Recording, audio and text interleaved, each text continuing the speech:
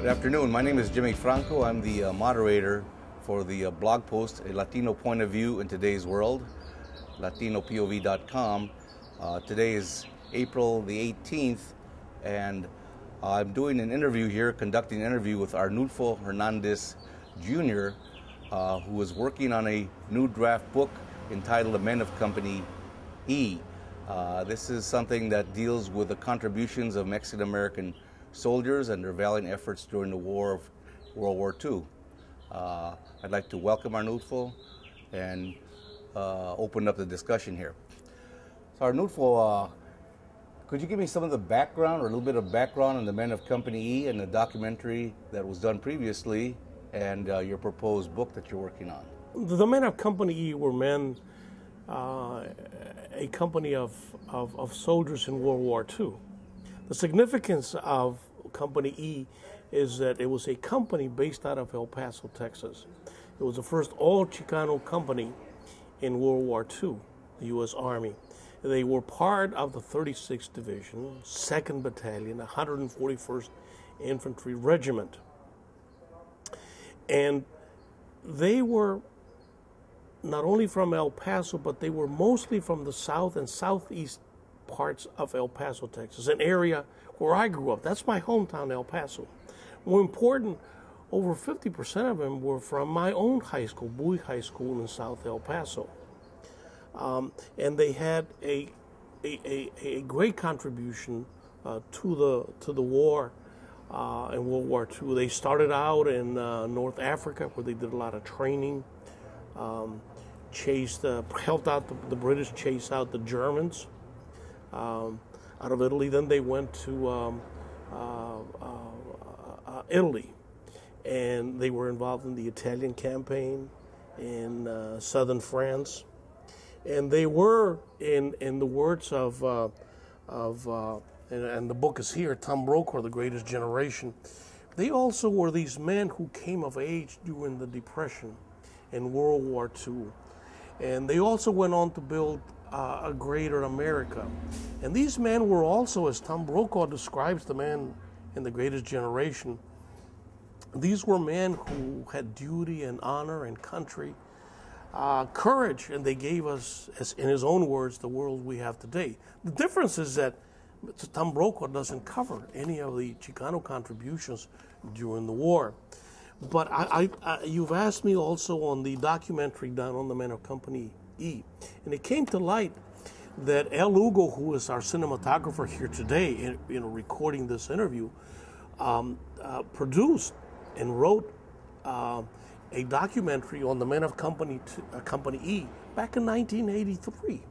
And so we'd like to present this to you as an appreciation for the work that you're doing. That gives you a tremendous background on the Men of Company E, and it's live interviews with the people back then. In terms of the proposed book, we happened to be in El Paso last year, and there is a monument to the Men of Company in El Paso, Texas, southeast El Paso. And we were approached, could we have it, could we start some kind of a movement to move the monument from southeast El Paso, where it's located, does not have much foot or vehicular traffic, and move it to downtown where it would have more exposure. And I hooked up with El Lugo, and I said, El, your documentary would be great if we could show that. And he generously offered to come down to El Paso and screen the documentary, which he did. And not only did he do that, Jimmy, but he turned over to us a tremendous amount of material, which he used for producing his documentary. We got a box full of records from Captain Navarrete, the book that chronicles the Company E, the pictures, 13 tapes of 7.5 hours unedited of all these interviews that he did that were compressed into a 45-minute documentary. So we decided we got all the material, everything that we need to do a book, and bring this information, which heretofore has been ignored, bring it to light. In addition, was their company primarily Chicano due to chance, or was it a segregated company? Was it segregated consciously at that point? The official document from the 36th Division Association in Austin, Texas, which we visited to get a lot of information out, has the album where it was put together, and in it says that the commandant of the 36th Division issued an order to have an all Chicano, he called it Spanish speaking, but we know it's all Chicano guys in El Paso, be of all Mexican American. So that would be, Company E. But you and I know that up to all that time, and even up to now, there's been a tremendous amount of discrimination and segregation. And in fact, even in El Paso, when I went to school, it was pretty much segregated. So it was a segregation of the whites and of course the blacks and the Mexican American. So that's how it really came about, and they distinguished themselves. And of course, as they were being decimated, as they were going through the different battles in Italy and southern France, Salerno, Anzio, Monte Cassino, et cetera, they were being decimated. They got reinforcements, and then after that, a few folks, there were white folks, came in. But as it started, it was an all Chicano company. Was Company E fighting in Italy at the same time as the Japanese-American 442nd Regiment? That happened, yeah. That happened though in southern France, and it really wasn't the same regiment, nor the same company. The 442nd came to the rescue of the 36th Division, but it was the 142nd, not the 141st, in which Company E was attached to. And so I'm aware of it, but they were not involved with Company E. Could you briefly describe for us the Battle of Monte Cassino within the context of World War II, where the command of Company E contributed greatly to? Well, in the Battle of Monte Cassino, as they call it, it's a town of Monte Cassino, and there's a great big mountain, and up at the top there's an abbey, Monte Cassino Abbey, and down below that is a river, the Rio. I think the Italians call it the Rio Rapido. We call it Rio Rapido. It's not a very deep river, but it is swift. That's why it's called Rio Rapido. Very swift, cold, and when they landed in Salerno and they took Salerno, and as they were going up, because the idea was that they were going to take and liberate Rome. When they landed in Salerno and they went up, when they got to Monte Cassino, the Germans basically were waiting for them. They had decided they were going to stop at so-called Gustav Line, and the foliage was all gone, and they had it mined, and they had cannons and machine guns, and so the significance of this particular Monte Cassino is the crossing of the Rio Rapido that was attempted by orders, of then General Clark to go take Monte Cassino, and he did a frontal attack. It was a disaster. It was a suicide mission. In fact, in the attempt that they made two attempts on January 20th of 1944, which is a disaster, and then on the 22nd, 2 nights after that, and over 1,700 men of the 36th Division, a lot of them from the regiment, and most of Company E was decimated. They were either killed, they were wounded, they were captured, and so the significance of it is that it was a disastrous campaign at that particular point.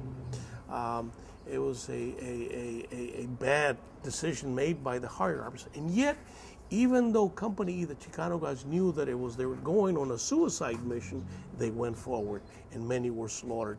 And eventually, they decided to go through Anzio. They opened up the lanes, and then they captured Rome, which is what General Clark wanted to do, and he captured it on June 4th, 1944, 2 days before D-Day. So he had his glory for 2 days, but then, D-Day basically just overshadowed all that. So then the efforts of the men of Company E were actually a very important contribution to the capture of Rome and the battles that were going on in Italy at the time. Yes, and they were all very highly decorated. These guys were tremendous warriors. There was bravery. They were acknowledged. Unfortunately, we don't hear about that, and for many reasons. But now, maybe through efforts like yours, that may come about. But they contributed greatly to the World War. At that time, during World War II, was Company E recognized for its valiant contribution to the war effort?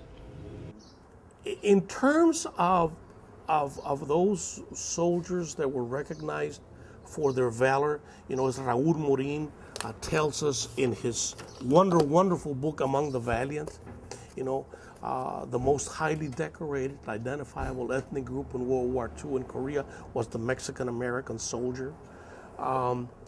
So it was covered, but it was never covered in the media. We never had, if you will, like Go for Broke, the 442nd Regiment out of Hawaii, the Asian Americans. We never had, if you will, like the Code Talkers. We didn't have the Red Tails, even though we had Escuadrón 201 that participated. There's never been a collective recognition of the men of Company E. Exactly. And so we're trying to move that particular issue forward because it belongs in our history books, which are ignored. And we're omitted from any of the books as having made any kind of contribution.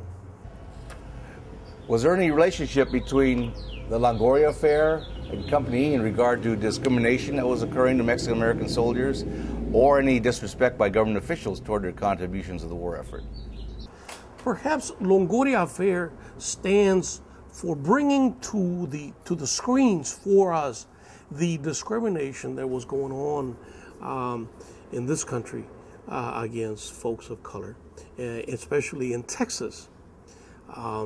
In the case of Longoria, this was a Mexican-American soldier, armed soldier, sent to the Philippines, who was killed in combat fighting against the Japanese in the island of Luzon in June of 1945, just before the war ended. And as was the custom, then he was buried, and then when the war was over, they shipped his body home. When they told his wife in 1948, January, I believe, that they were going to ship his body home, she went to the only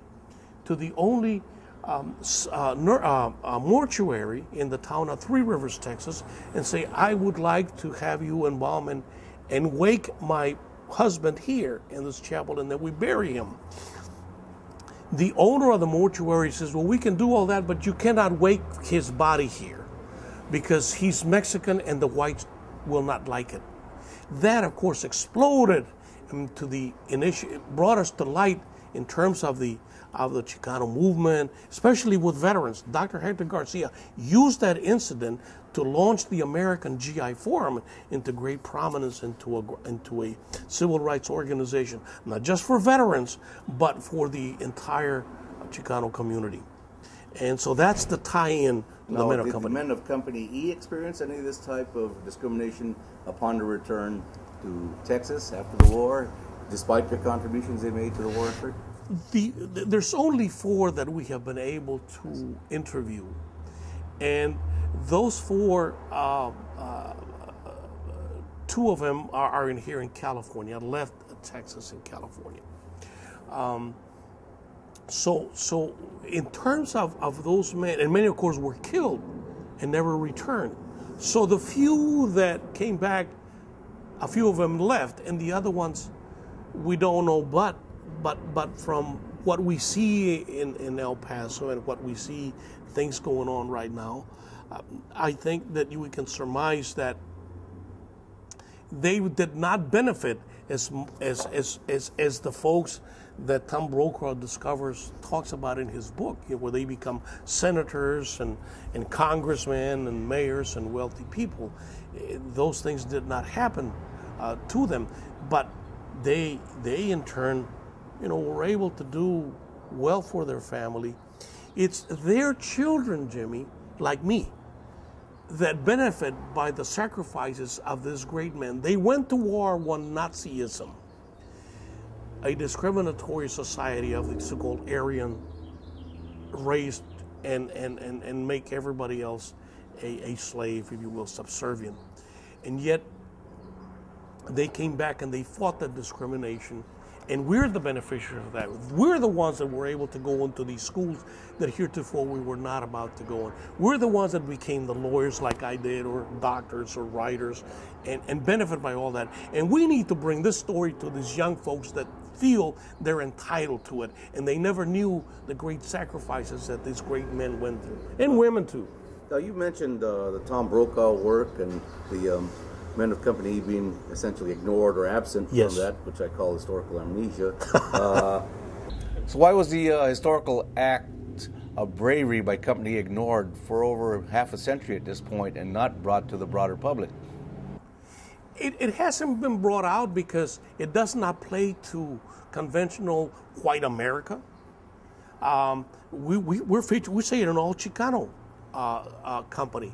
Now, as you know, even the term Chicano or Mexican American is not preferred, it's not used. It's now Hispanic and Latino. And so I understand the Latino and the Hispanic in terms of a larger political base, voting and all those things, and I understand all that. But when these folks went to war and made these sacrifices, they were Chicanos, they were Mexican American. If you change that fact, you are now changing history, and it's not true history. It's a made-up history. And so they've been ignored because it doesn't play to just general stuff. And it doesn't play because it hasn't been picked up. For example, the documentary that Ken Burns made on the war has nothing about us. It was through the efforts of other folks that they forced him to do two or three interviews with a couple of Mexican Americans and I believe a Native American. And I say to myself, how could a man like that, who's got all that money and all that research power, be able to ignore the contributions of the men of Company E? And more so, how could he ignore Raul Morin among the valiant, the most highly decorated ethnic group? But he did. So we have to do it ourselves. I think blogs like yours do it. You're able to bring this information that's picked up by other folks. We want to do our share and write this book. El Lugo has made two very significant documentaries. I just gave you one on the men of Company E. He also made a documentary on Guy Gabaldon. Now his documentaries, Guy Gabaldon is an American hero. Guy Gabaldon wrote his book, Saipan, Suicide Island, as you recall. This is World War II. A guy here from LA. In fact, we may be around this area where he grew up. And he captured over, I think, 1,500 Japanese himself in World War II, for which he was given, I think, a medal. I think it might have been something lower than Navy Cross. They wanted him to get a Medal of Honor, but later it was elevated to a Navy Cross, which is the second below that. And so it's been ignored, and it will be continued to be ignored. And we have this moral obligation to make sure that it doesn't get ignored. We've seen the great effort made by Al Lugo in making this documentary in the past, and your proposed book that's upcoming. How can we urge other people to best bring the story of the men of Company E which was a vital part of Chicano history and U.S. history? How can we urge other people to help support you? They'll see all the first-hand account of the 4 or 5 survivors that are still around, which we have interviewed and which we've got. So it's not a made-up story. They went through it. They're all now in their late 90s, 96, 94, 97 years old. And they're still proud Americans, proud veterans, and some of them are just highly decorated, In the case of Captain Navarrete, a guy that went in as a buck private, rose through the chain of command, battle promoted. By the time they got to Italy, he was the first sergeant. He was field promoted to second lieutenant. He was field promoted to first lieutenant. He was field promoted to captain and commander of Company E. When he retired, made a major in the National Guard. This man had 2 silver stars, 7 Purple Hearts. El and I talk about it, and El says that the Germans used him for target practice, but they were kind of bad shots. They never got his heart. But 7 times this man was wounded and spent a lot of time. So he's a great role model for our kids. And yet we never hear about that. We intend to make that known. That the co-author of this book that we're working on is Samuel Ortega. Sam and I on the book. Sam is a real expert in World War II. And it's expertise that's going to come through in the particular book. The other one is, yes, we need to bring it to the schools, and hopefully will be part of the curriculum where they learn, because this history is American history. It's true American heroes that our kids can relate to, and we hope we can accomplish that ourselves. I've told people, you do have great role models, and they walk down the street, and they're your great-grandparents and uncles, etc., etc. So Arnulfo, I'd just like to, again, thank you for doing this interview with me on this particularly important topic to our community and to the country as a whole. And also like to thank Samuel Ortega and your efforts in bringing this book to the public this summer. I think this is something that's really lacking, as there's a gap not only within Chicano history, U.S. history, and military history in regard to the contributions of valor of the men of Company E. And I again salute your efforts, and particularly also the work of Al Lugo and the documentary he produced previously. And I'd urge as many people as possible to try and see this documentary and purchase the book this summer and utilize these materials not only in Chicano studies programs but in history courses as a whole, because the men of Company E not only deserve the respect and recognition that they earned, but it's now due time after over half a century.